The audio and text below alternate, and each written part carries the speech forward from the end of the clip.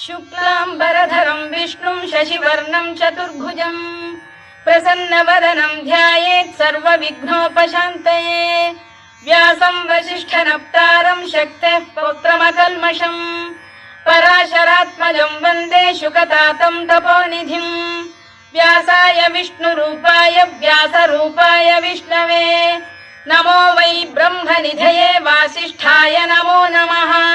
अविकाराय शुद्धाय नित्याय परमात्मने सदैकरूपरूपाय विष्णवे सर्वजिष्णवे यस्य स्मरणमात्रेण जन्म संसारबन्धनात् विमुच्यते। नमस्तस्मै विष्णवे प्रभविष्णवे। ॐ नमो विष्णवे प्रभविष्णवे।